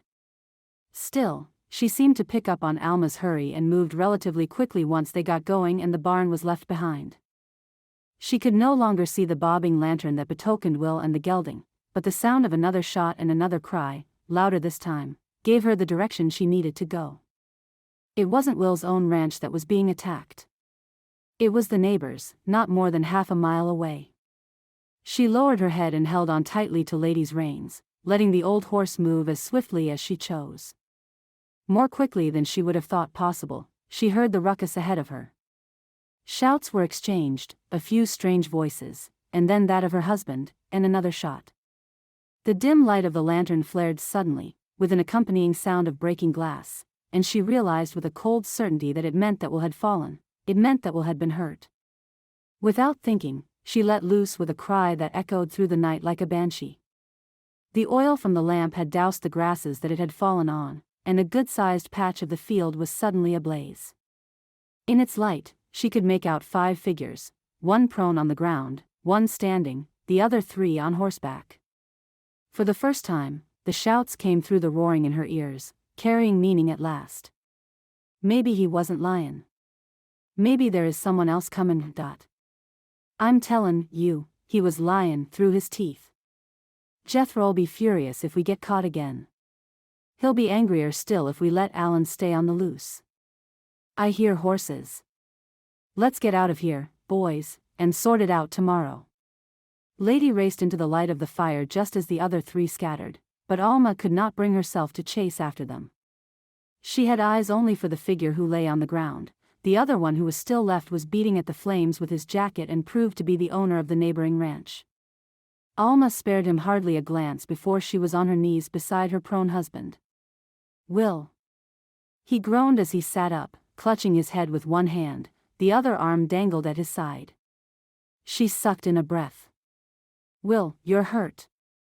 He began to struggle to his feet, and she slipped his arm around her shoulders. Though he was clearly reluctant to do so, he leaned on her as he stood. In the firelight, his devilish eyebrows were sharp and black, drawn downwards over the bridge of his nose in a mighty frown. Alma, what on earth are you doing here? I came after you. I wanted to help. Help by doing what? He shook his head and broke a curse word off under his breath. We'll talk at home. Charles. Letting his arm drop from her shoulder, he moved toward the neighbor rancher, stomping out flames in the grass as he went. Alma, feeling the cold of the night suddenly, joined them on the other side, doing as Will did. It was strangely satisfying to stomp down the flames, to stop them from licking at the golden grasses. Between the 3 of them, they got the last of the fire out before it had a chance to become a conflagration. By that time, there was a gray look to the skies that betokened the dawn.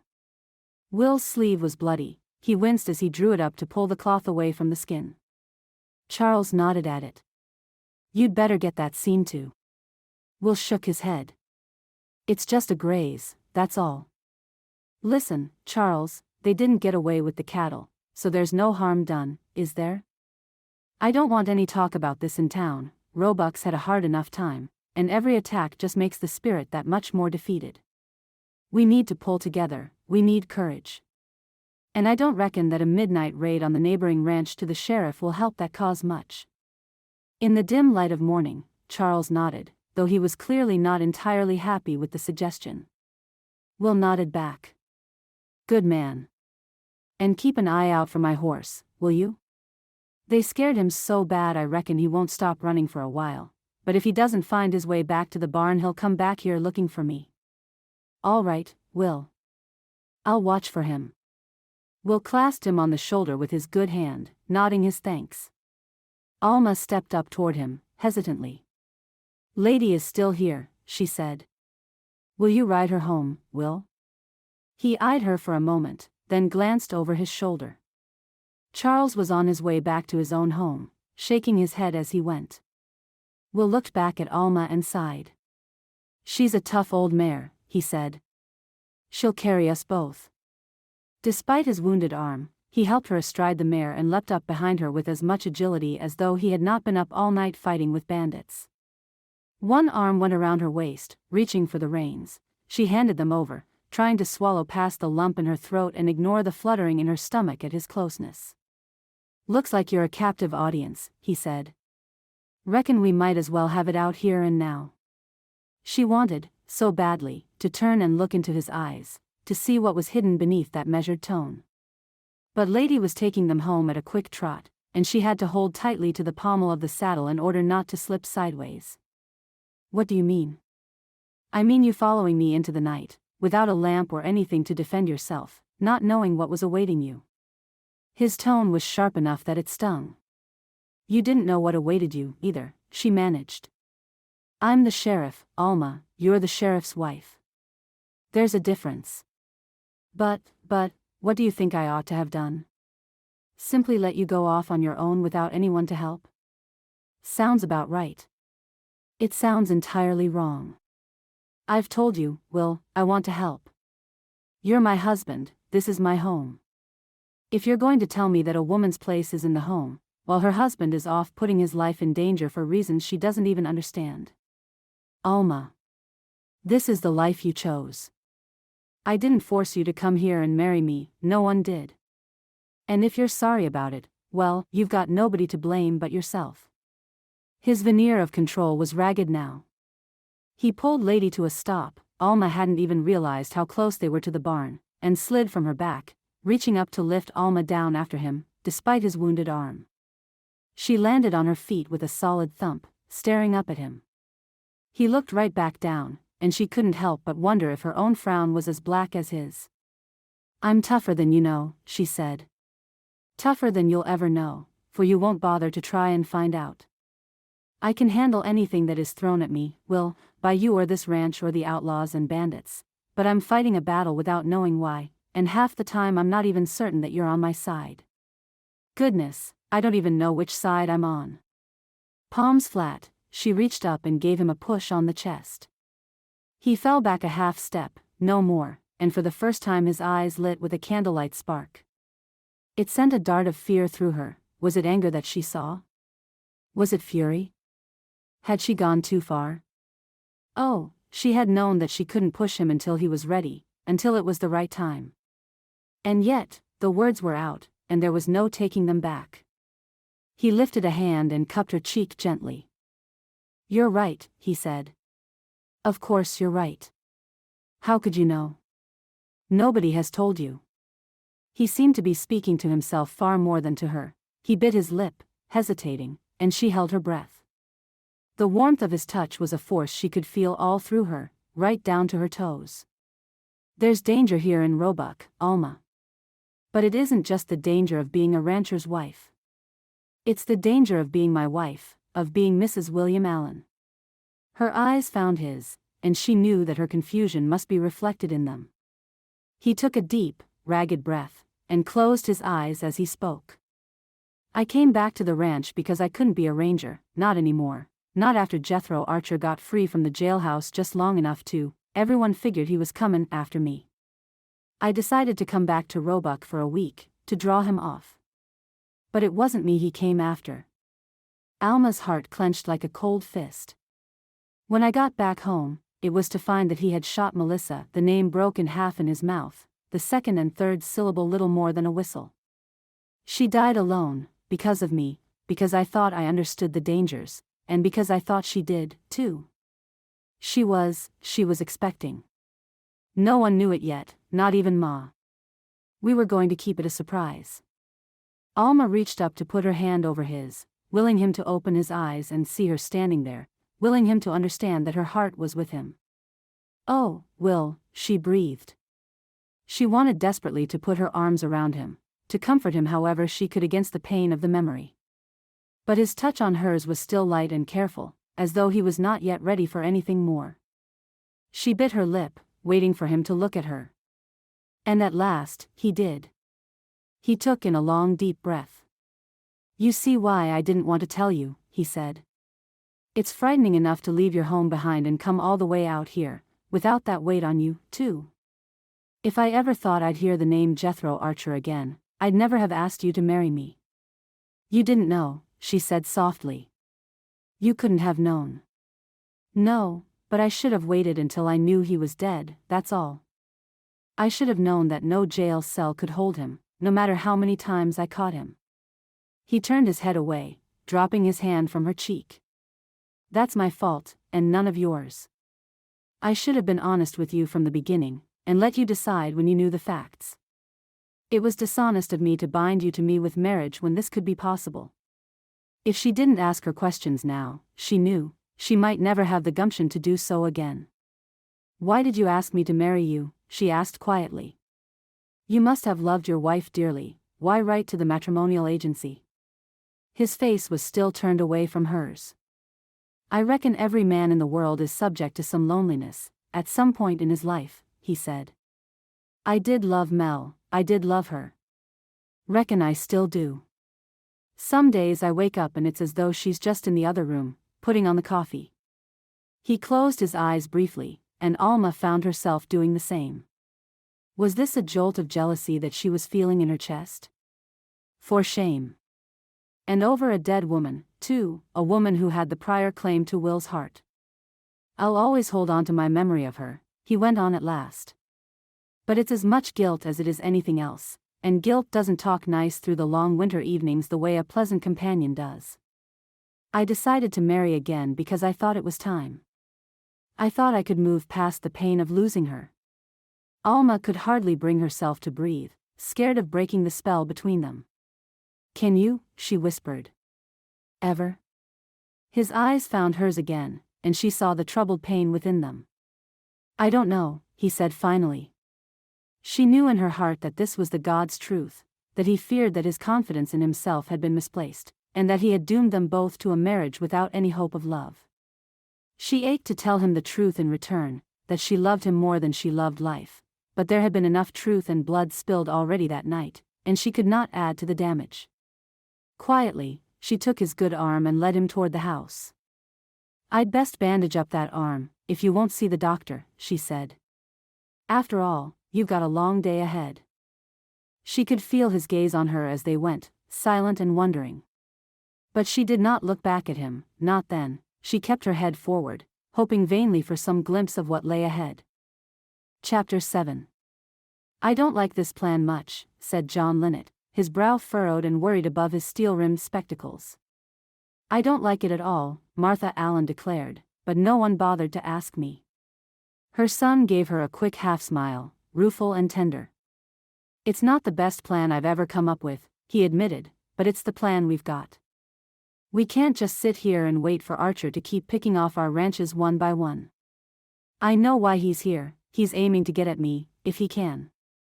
Or anyone I care about." Was it born of her longing and imagination, that she thought she saw him glance swiftly in her direction? Or did he really think of her when speaking of who he cared about? Alma shifted in her chair, feeling warmed from the inside. After their conversation earlier that morning, he had been different toward her. It felt as though a corner had been turned and a whole new vista had opened in front of her. Perhaps, she prayed, the keeping of secrets was over and done with. "Now," he said, "I'm relying on you, John, to start spreading the word. We'll need as many volunteers as we can get to find Archer and his gang. Make sure they know that they're not to engage in a fight with him, just to send word and keep an eye on him." John Linnet nodded unhappily. "I guess there's not much choice," he said. I reckon Roebuck was hopin' to avoid havin' to go after Jethro Archer. I reckon so, too, Will said gravely. I know I was. Linnet sighed and went on his way, leaving Will behind with Alma and Martha. He glanced at his mother. Maybe we ought to put a pot of coffee on, Ma, we've got a long day ahead of us. She nodded. 2 pots, at the very least, she said, and bustled off toward the kitchen, muttering to herself under her breath. Alma turned back to Will to see that he wore a faint, fond smile very similar to the one she wore herself. I really do adore Martha, she said. She's been so kind to me ever since I arrived, and there's no one quite like her for spunk. Oh, I don't know, I figure you come close. 2 peas in a pod, you girls. He leaned back, folding his arms and smiling at her. I've a question for you, Alma, if you're ready to answer it. She felt a little thrill run through her.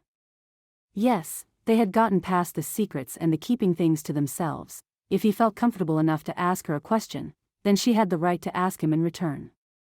It was as though he had opened a door and invited her through.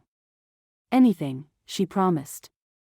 I've told you how I came to write to the agency back east, hoping to find a woman who wouldn't see me as the tragedy that everyone in Roebuck knows. But you, Alma, how on earth did you end up becoming a mail-order bride? A girl as smart and pretty as you shouldn't have had any trouble finding a place closer to home. She lowered her gaze to her fingers, twined around themselves. I was a governess, she said slowly. I loved my work. I saw 3 families of children into their young adulthood and had to move on each time. But one man decided that he wanted more than my services for the children. Hesitantly, struggling to find the right words, she explained the history with Jacob Herring, the gossip that had been spread around, and the final devastating rejection by the Alcotts. Will listened with seriousness in his face, frowning more and more deeply. When she had finished, he blew out a breath and shook his head. And that's how you came to find your way here, he said. No wonder you told me you were tougher than I knew. She couldn't help but half smile at that. It's all right, she said, thinking of the momentous events that had filled her journey by stagecoach, the storm soaking her through, the horses tossing and rearing, the shouts of fear from the passengers. I suppose I turned out to be tougher than I knew, too. No one ought to have ever treated you that way. No one ought to be treated that way at all, no matter who they are. Yes, I agree. But what's done is done. There's no going back now. Guess not, he said softly. And, I guess if not for all of that, you wouldn't be here. She met his gaze. I suppose I wouldn't. There appeared a faint smile, but genuine, and the warmth was back in his eyes. They twinkled brightly as his mother's, making him look far younger than he was, as though he was transported back to a time before any tragedy had befallen him. Alma was suddenly very grateful to be sitting down, for she felt rather weak in the knees. It's a rare cloud that has no silver lining, he said. I'm glad you're here, Alma. She couldn't help but return his smile. I'm glad, too. He stood from his seat as the noise of the first arrivals filtered through from the hall. The smell of coffee perfumed the air along with the rich, sweet smell of the autumn breeze. It had warmed up again that day, but Alma knew that the days were numbered before winter set in. They would have to make the most of them while they could. A governess, eh? Will said quietly, just before he turned out to meet his men.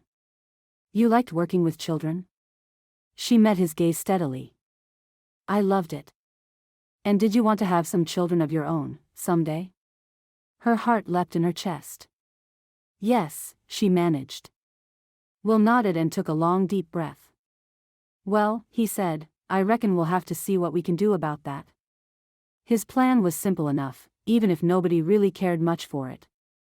Just about every man in town had been roused by John Linnet and volunteered to join the search. They were directed to move out in pairs, covering the area all around Will's ranch. After all, as he explained, Jethro Archer had been moving closer and closer, and was sure to be waiting his chance to strike directly at Will's heart and soul.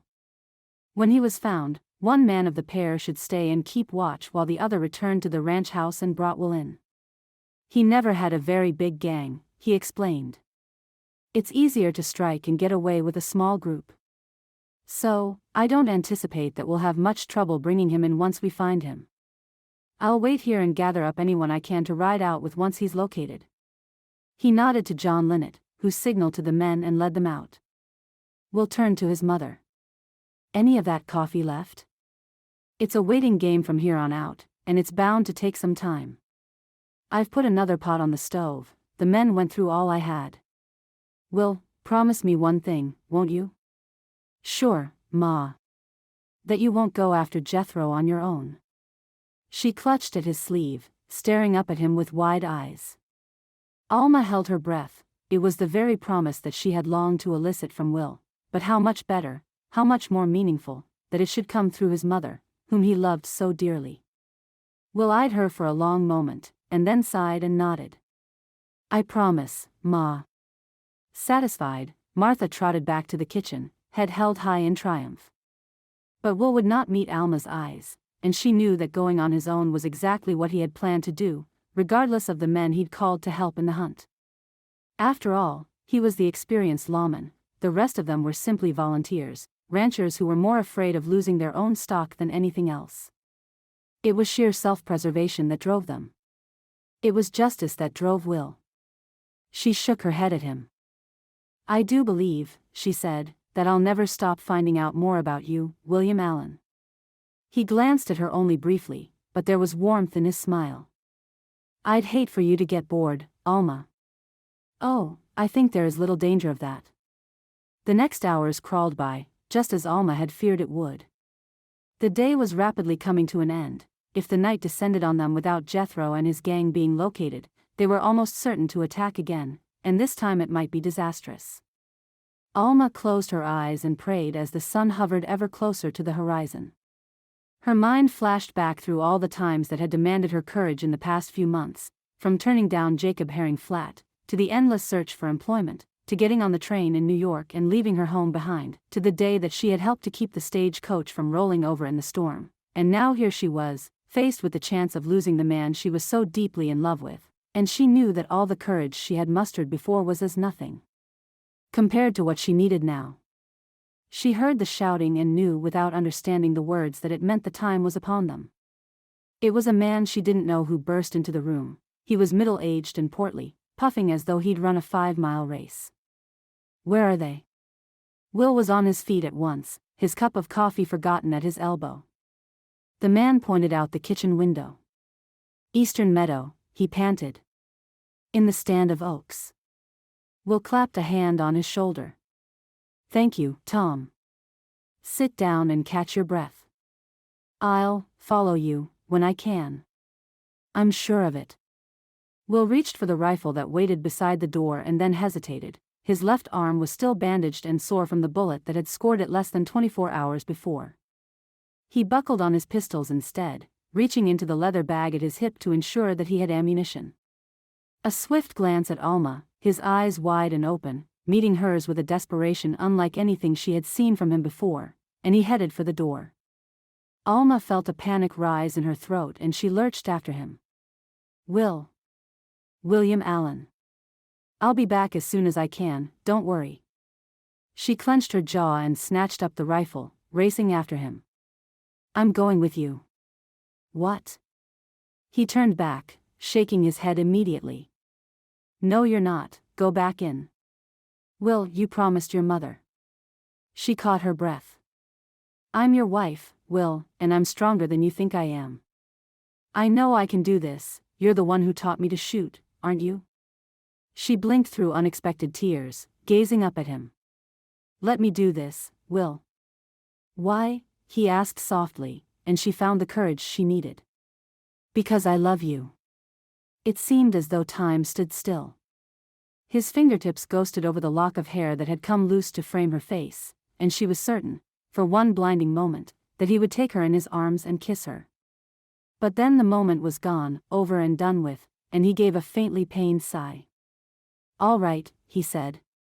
"Because I promised Ma.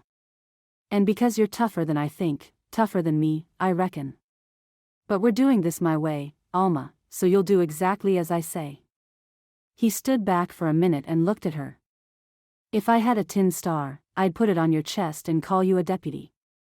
But I don't have a tin star. She went up on her tiptoes, the rifle between them, and pressed a kiss to his cheek. That'll have to do, she said. He lifted her on the back of his gelding, who had returned to the barn earlier that morning, and got up behind her with a grunt of pain. She knew without asking that his arm was still throbbing. Healing would take time, far more time than he had. Once more, his arm was around her, his form solid and warm at her back, and she held on for dear life as they galloped across the prairie that she had come to call home. He pulled the reins to a stop and whispered in her ear. We'll stop here. Reckon if we come any closer, they'll hear us.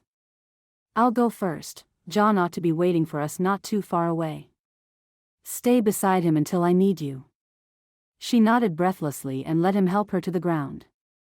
It was a physical pain to let his arms slip away from her waist, fearing as she did that she would never feel his warmth again, but time was of the essence, and she knew that she could not waste it in lingering beside him. It was enough that his hands slipped through hers as they made their way cautiously toward the little den of oaks. She would have stepped on Lynette herself, if Will hadn't been before her. He dropped to the ground beside his deputy, pulling her down along with him.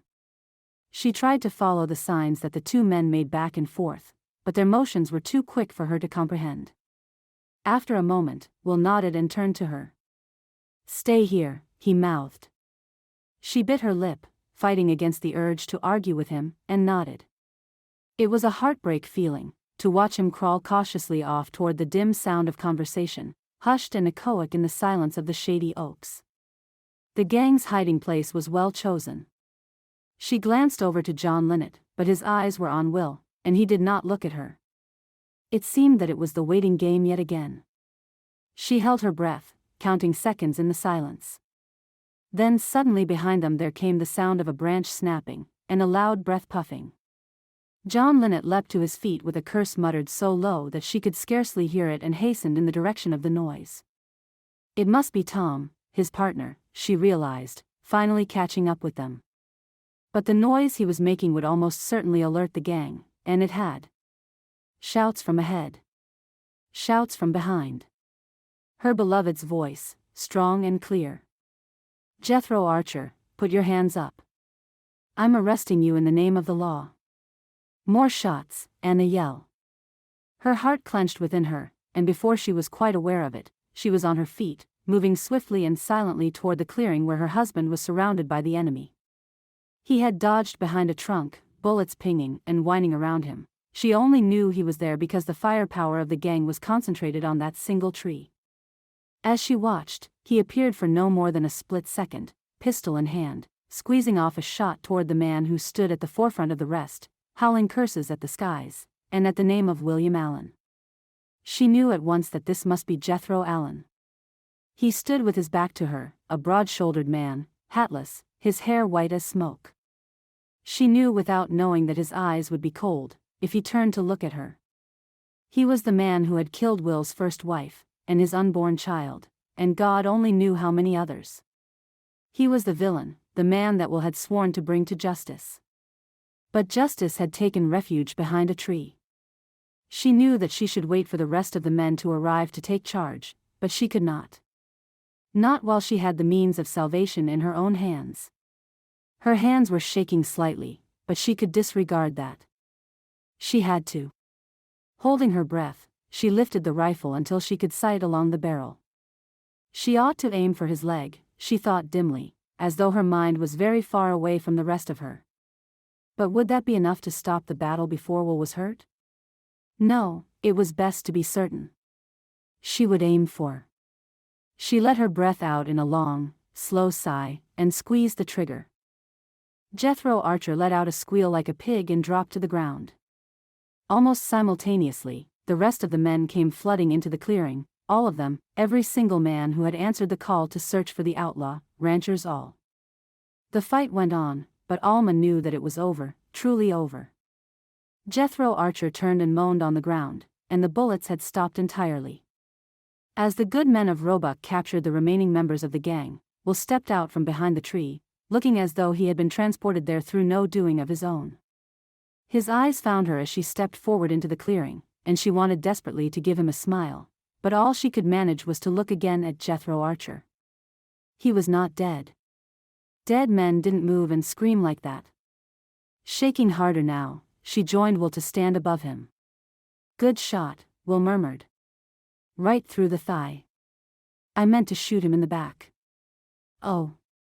Only because I thought nothing else would stop him. And I was so afraid for you, Will, I guess." She bit her lip. "I'm glad enough to be wrong." This stopped him. Jethro turned a sweat-slicked face up to her, blinking in the shadows cast by the setting sun and the covering trees. "Who are you?" he demanded. Alma shook her head. "It doesn't matter who I am," she said. "That wasn't for me." She looked again to Will. "That was for Melissa." Will's eyes were flooded with the same tears that Alma had cried earlier that day, but now, in the heat of it all, she found herself calm and collected. But when he took her in his arms, she let herself be comforted even so. "Alma," he whispered. She drew back a little and looked up at him. For a long time, their eyes met and held and said the things that they had no words to express. At last, he cupped a hand at her cheek and pressed a kiss to her lips, as she had so often longed for him to do. He pressed his forehead against hers. "I'd ask you to marry me," he said quietly, "but I reckon that ship's already sailed." A small laugh burst from her, against her will. She realized suddenly how ludicrous it all was, her husband speaking to her of engagement, as they stood amid the turmoil that accompanied the apprehension of the gang, with his mortal enemy lying at their feet. And yet, she knew at the same time that she wouldn't have traded a single detail for anything else. Not for a life in New York, as a governess. Not for an easy life here in Roebuck, with someone who she didn't love as passionately as she did Will. Not for anything. He had asked her questions, and it gave her the right, in turn, to ask him. She took a deep breath and held on to her courage with both hands. "Do you love me, William Allen?"